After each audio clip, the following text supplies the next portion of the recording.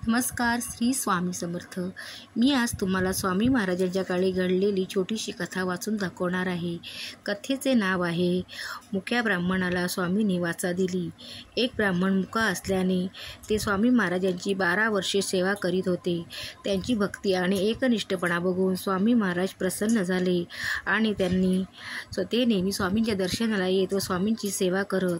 एके दिवशी ते स्वामींच्या दर्शनाला आले असता स्वामी महाराजांनी आपल्या तोंडातील विडा त्यास खायला दिला आणि ते म्हणाले, हा विडा तोंडात ठेव आणि तू तुझं काम कर. त्यांनी तोंडात विडा टाकताच काय आश्चर्य, त्यांची वाचा त्यांना परत आली आणि ते धडाधड बोलू लागले. हा चमत्कार तिथे जमलेले सेवेकरी बघून आश्चर्यचकित झाले, कारण हा चमत्कार त्यांच्या समोरच घडला होता. स्वामींच्या काळी अशा अनेक लीला किंवा अशा अनेक घटना घडत होत्या, त्याबद्दल बोलावे तेवढे कमीच आहे.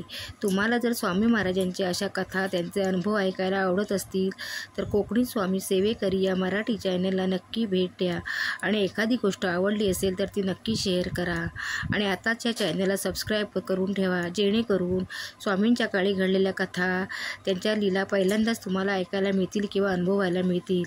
श्री स्वामी समर्थ.